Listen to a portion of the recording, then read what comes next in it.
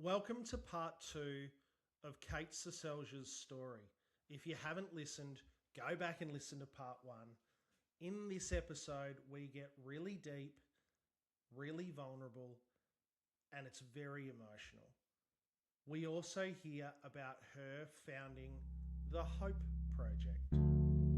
Please enjoy this final part of the conversation with Kate Seselja. Hi, I'm James. Welcome to Slaying Sober, where we tell stories of addiction, recovery, and hope. Wherever you are on your sober journey, know that you do not stand alone. A trigger warning: on Slaying Sober, we talk honestly about drug use, suicide, and the chaos that comes along with addiction, as well as recovery and hope. Please only listen if you feel it's safe to do so. Take care of yourself. If gambling makes you irrational when you're in the zone as you described, what irrational behaviours did you act on that you wouldn't have otherwise? The worst day, I've talked about it on other podcasts, was I walked into a club and for some reason was drawn to a machine that looked like it was about to tick over to the 10 grand jackpot, and thought, oh, this is any second, this is going to pay out that. So I put a few hundred in, I put a few more hundred in, got access a next $1,000, thinking, how is this not ticked over yet? Like, this is crazy. Now I'm 3 grand deep, thinking, it's going to pay now. Go access the last 1,000 I can out of the ATM. So I've been back to the ATM multiple times by this stage. No one's said a thing. Put that 4 grand in. No.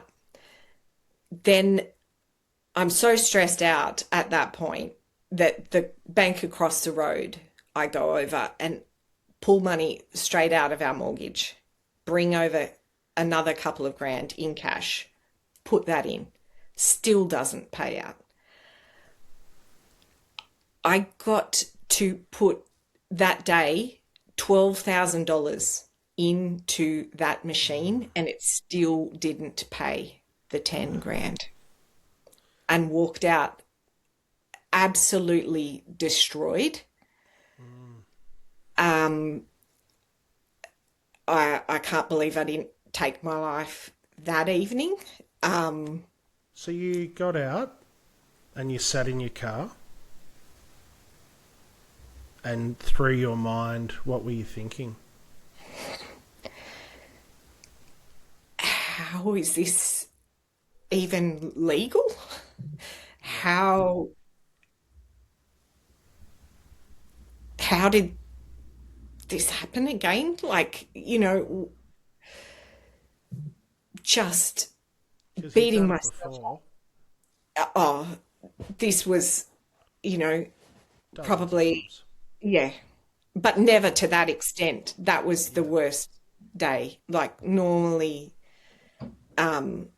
4 grand would be the limit, but this was a horrific day of And trying to make sense of this engagement with this machine.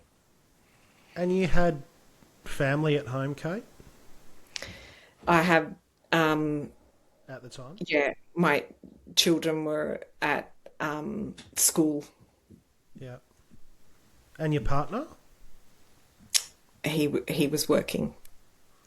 Did he know how bad it was? No, he knew at times we'd have, a blow up. Um, he tried to, as family members often do, unresourcefully use shame to try and change my behaviour, Yeah, um, I feel you. and not understand the gravity of what I was experiencing. And rightly so, he's in his own pain, he's in his own distress, he's in his own not understanding that this addiction is impacting the whole of us, not just me. Yeah. And but again, at that point, there was no awareness of family and others impacted by gambling harm are able to access support services, financial care services. None of that was accessible or visible at that point. It's a silent addiction, isn't it? It is. And because of the way the industry has controlled the narrative very carefully, it sets it up like this is just selfish behaviour of an individual rather than understanding that they are being irreparably harmed by a product by design. Was that your rock bottom moment? It wasn't. It was one of them, but it wasn't. You found a basement to rock bottom. Yeah, I think that after that day, I just, it wasn't long after that, probably another 6 months down the track, that I almost took my life in January 2012. What led to that? Just the mental and physical exhaustion of trying to navigate this environment and feeling so isolated, so alone, so ill-equipped to be able to exist in that state any longer. I had tried to get help numerous times and it hadn't worked. And, you know, the help services back then were just woeful, absolutely either non-existent or woeful. And that, again, part of the design, like, just we wouldn't want to actually provide anything that was useful to people or even acknowledge it as the harm that's occurring in our communities. We'll just keep pretending like it's not happening. Yeah, it was the hardest years from, you know, age 18 to 32 when I almost took my life. It was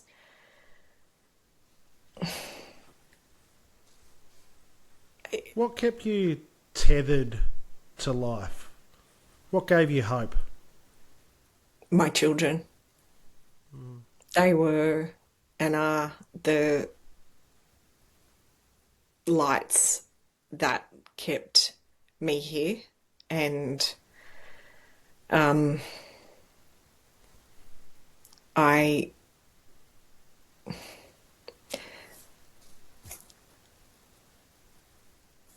but on the other hand, at that point, I had such destroyed self-esteem that I didn't feel worthy of them.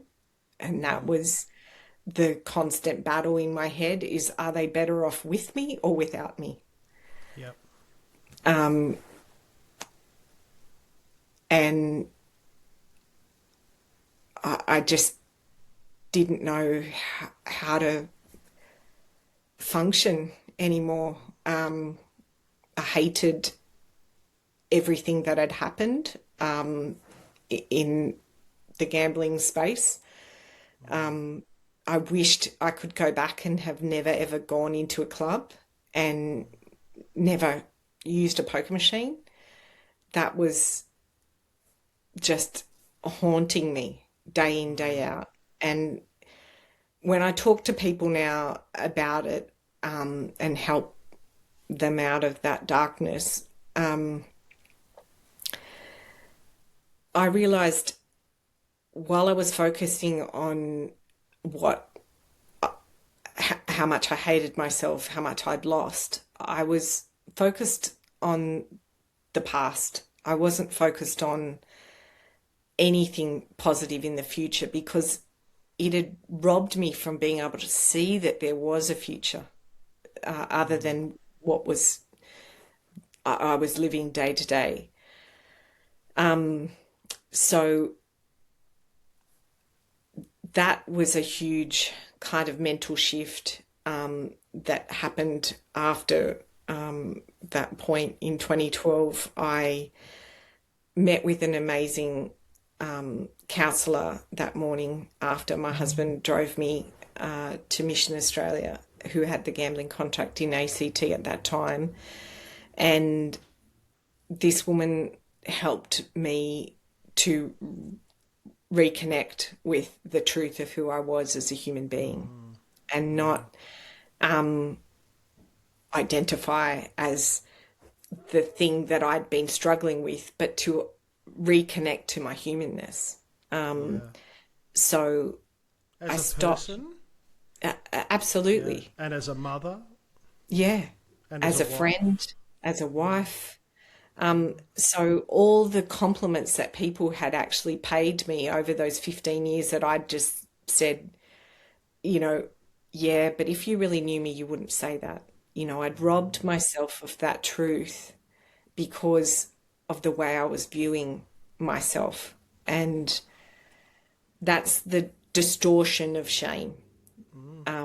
The way I describe it to people is the the threshold I walked through, the doorway of a club, it was like those doors sealed me in a plastic bag of shame. And that plastic bag I was slowly running out of oxygen. I almost took my own life. And that,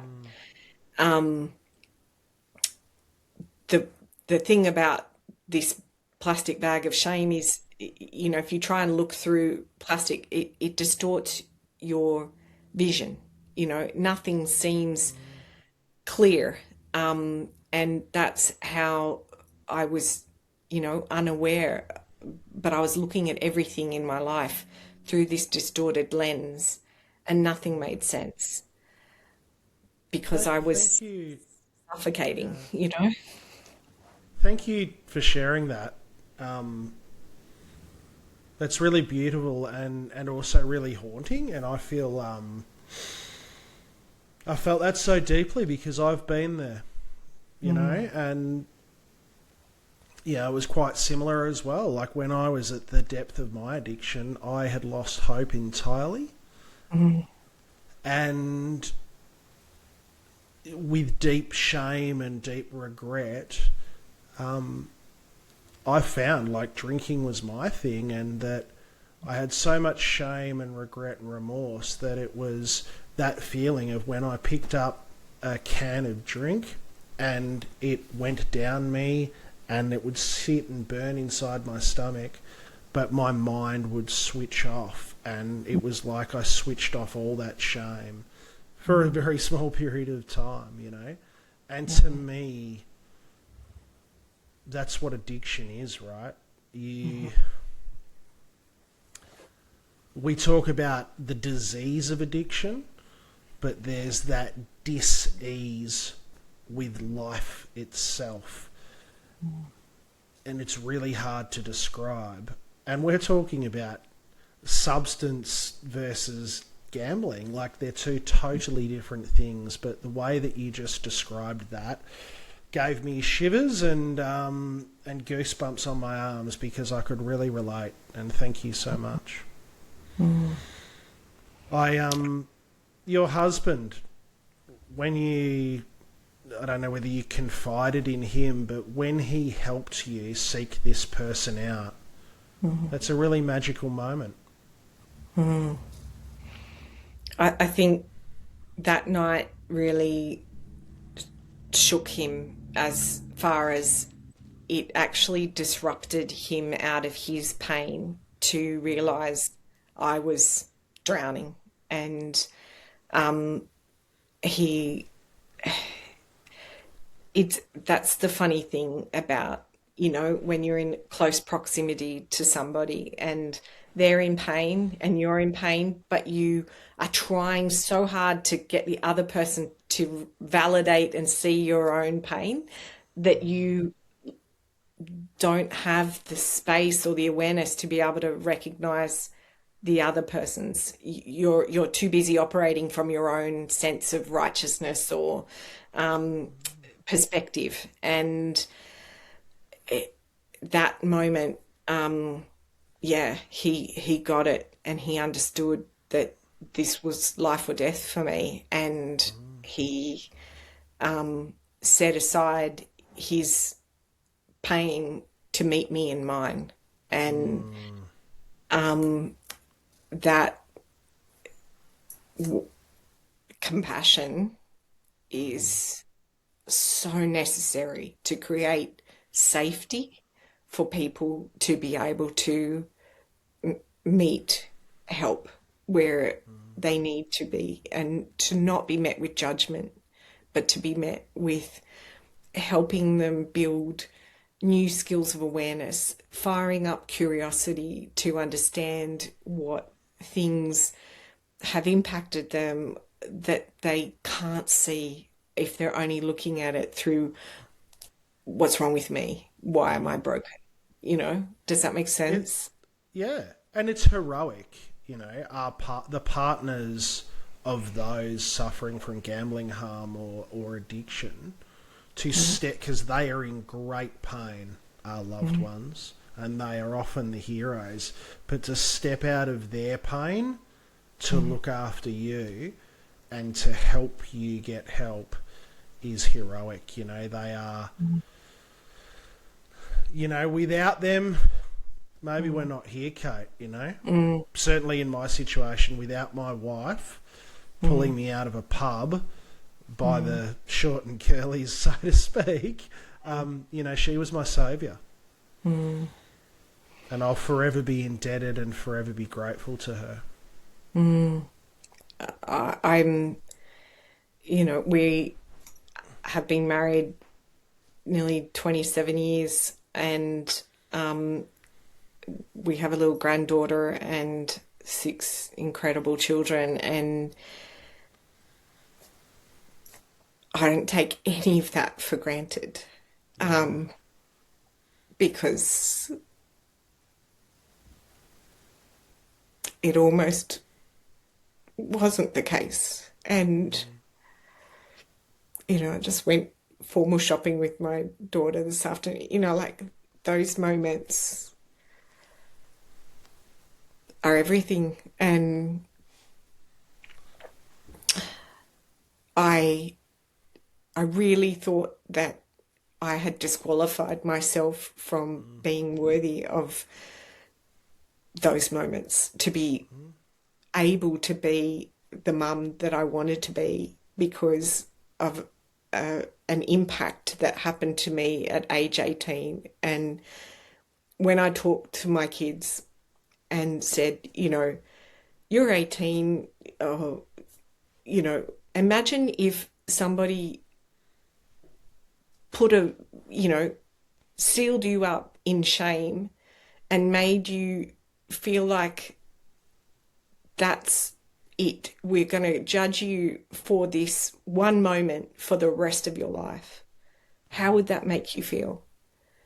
And they were like, that would be awful, I would hate to be like judged by something that I did now forever, And I said, yeah, that's the weight of what I lived with for 15 years, thinking I've made this mistake at 18 and I'll never be able to rectify it. Like, I'm always going to be broken. And that was such a mental shift to realize. And do you know who reconnected me to my humanness? Whom? My eldest son. the morning after I almost took my life, he noticed that I hadn't come home and everyone was looking for me that night. And he just said to me, Mum, like, what was going on? Like, everyone was so worried. And I just said to him, mate, I've made so many mistakes. I don't know what to do. And he just goes, Mum, everyone makes mistakes. Yeah. And whoa, did that It's just hit me. And I thought, you're so right. You're so right. Why did I think I had to be perfect in order for any of it to be okay? You know, like it was such a huge moment of, wow, yeah, there isn't anyone that is perfect. We're all human, we're all fallible, and yet I've been thinking I've wrecked it. It's all shit, you know, like yeah. there's no recovering Yeah. this moment. And how amazing to get handed back my humanity by the human I created. Yes. It's humbling, right? It was such a powerful moment.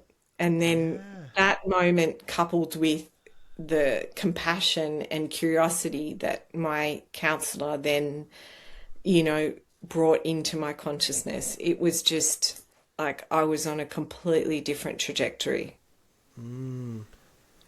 Tell us, when we talk about suicide,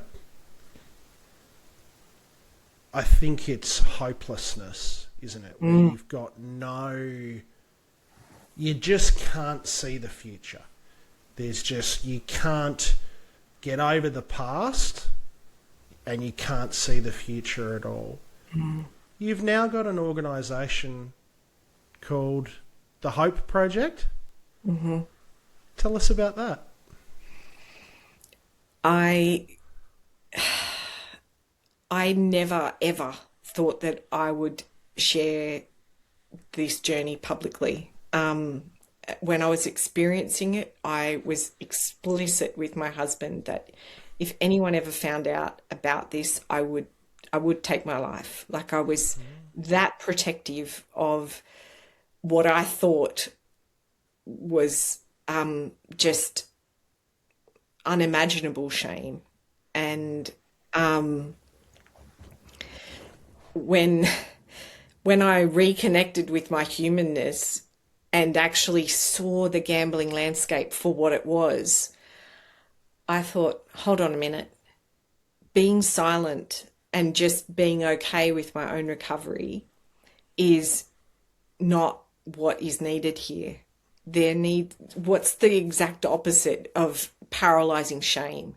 Well, it's owning your story. It's being okay with people seeing your humanness and going, judge it, don't judge it, I don't care. You know, I'm okay with my humanness. Whether you are or not is on you. And I knew that looking at the 12, 15 years that I struggled with gambling, as I'd accumulated insights that I knew could be helpful for others, that it's looking at your past, not as the most horrible part of your life, but as valuable learnings, and that nothing is wasted. Nothing that you've experienced is wasted if you share it as learning for others. And that doesn't have to be publicly. It can be in private moments of just being vulnerable with another human and saying, it's okay. I've been there too. Yeah. Because it becomes very isolating, addiction. Yeah. You become really insular, like you said, you know, that zone or that moment. And others that are in that they feel isolated. So to understand that there's community out there, there's lived experience, there's help as well, people can not feel alone, and they can feel supported, and they can feel loved. Because we've both been in positions where I'm sure if you were like me, I am the only person in the world going through this. My life is completely fucked and I'm alone. And I am hopeless. Absolutely. But And it's not the case. that is absolutely not the case. And especially with gambling harm, realizing that we were the nation experiencing the highest levels of gambling harm in the world, it blew my mind how many people were just like me that had navigated this path all by themselves, or taken their lives because they felt that same sense of hopelessness that I felt. And I thought, no, I'm not going to allow this to continue. And when, after my recovery journey, I actually trained to take over the group that I'd been part of. And then I'm sitting there every Monday night waiting for people whose lives had already imploded to walk through the door. And I thought, no, I've got to go out publicly and talk to people and meet them where they're at and not wait for them to get to crisis point. People need to understand that this is addiction by design. This is a very rapidly growing public health crisis in this country that is being just horrifically dealt with. And so I tackle the Hope Project is about meeting people where they're at, actually talking to people experiencing it, educating communities, schools, workplaces, you name it. I'll talk wherever. And then also fighting it politically on the policy and advocacy landscape. So at both ends, Yeah, yeah. Because that's the way that it is. You can help one individual, but great change happens with great things. And, like I said at the start, your work in advocacy and parliamentary reform and parliamentary change is where real change happens, isn't it? Yeah, and putting pressure on it and being that voice of lived experience in that room has been a privilege, that I don't just share my own stuff. I bring every story that I've encountered with me into those rooms, because otherwise it's just industry talking. Yes. It's just industry barking what they want, what they need, how they can survive. And it's like, you don't even know what it's like to be experiencing gambling harm and fighting for financial survival in this economy. Like, it's so despicable the way that they just fight so hard to protect their profits and do not give a shit about the people that they harm. And you speak like your story is very emotive, but you're obviously an articulate and a clever person, well educated, and so when you tell your story, it's really meaningful and it's really impactful. And when I first came across you, I was like, I've got to meet this Kate person. She's a badass. In a good way. In a good way. Hey, I have a confession to make. I worry about my gambling sometimes. I gamble. I'm an addict in recovery from substance, namely alcohol. But I do worry about my gambling behaviour. Is there things that I should be keeping an eye out for in the way that I behave around gambling? That is a really great point, because this landscape it's never been about your behaviour. It's about how the industry is behaving with you. Yes. So even if you try and create your own parameters and your own safeguards and your own, this is how I'm going to engage with it, this is a very different beast. This is a very cunning apex predator, meaning there is no one that is bringing them down. They are operating with full autonomy to destroy human lives, and they do it with ease. So they have AI, they have all kinds of technologies at their fingertips to know all these data points about you, how to exploit you, what you like to eat if you're in a venue, what drinks you have. It's called Know Your Customer. Yeah. And they know so much about you and how to exploit you. So when I talk to, say, women who are like, oh, well, I just want to have a flutter on Melbourne Cup. Okay, great. So you've downloaded an app and you intended to put a bet on for one race. But guess what? That app now has 365 access to you 24 hours a day. And it knows your algorithm, what you watch on TV and who you engage with. It's going to pump your feed with social media influencers selling you how to gamble. It's going to offer you incentives. They're called inducements. And it's going to pump your texts, emails, you name it. It has access to you. Ping, ping, ping, keeping gambling front of mind for you to engage with in a completely different way than what you intended to do. It's interesting. So horses is my thing. So I'm a Saturday afternoon horse racing punter. I've always loved like the studying of the form, the numbers, all of this. And, you know, I don't get the inducements. As a matter of fact, I don't get like the bonus bets and these sorts of things when I'm winning. But when my account runs low on a Friday afternoon at X time, I'll get a, you know, here's your deposit match offer. And just when I'm thinking I'll have a weekend off, it's, you know, that's put in front of me on a Friday afternoon. Correct. As you say, it's by design. So that's really great that you're having that insight into how it's engaging with you, because it's never about how you intend to engage with it.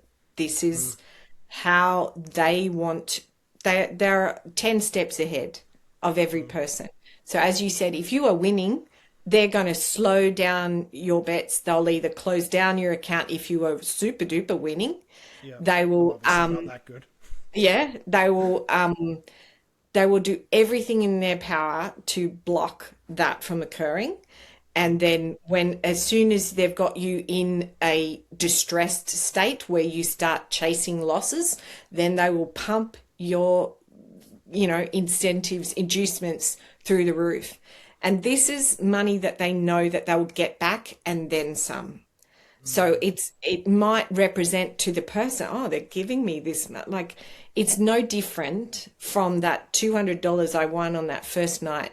That was a calculated bait that they knew they would get back a millionfold. Yeah. Yeah. It's just like going fishing. You catch your first fish and you want to go back, don't you? And then you never catch a fish again. Yeah. So there's one guy that I work with in the US. He's like, all wins are just future losses. Yeah, yeah. Well, it's often true, isn't it? Like how many people, so many people are putting money into their account, particularly when it's digital, but how many are taking money out? It would be easy for me to say to you, how much have you lost? I think a better question is, what did gambling take away from you, Kate? It almost took everything away from me. There's a line in a song that I love, and it says, "Don't let the darkness fool you." You know, it almost fooled me into thinking that this was all my life was ever going to be. And I am so grateful to still be here, but to also have the privilege of walking with other people and helping them to turn that light back on in their life. And I gave a talk to a group of Indigenous young men the other day, and one guy goes, "Oh, do you want to be a millionaire?" And I said, "Actually, yes, I want to positively impact the lives of 1 million people." I don't chase money. I don't chase money anymore. I chase humans. I chase people who are harmed by products and industries that knowingly do it for profit. And I help restore hope in their own dignity, in their own humanness, and help them absolutely change the trajectory of their lives. Perhaps the greatest win is in someone's heart.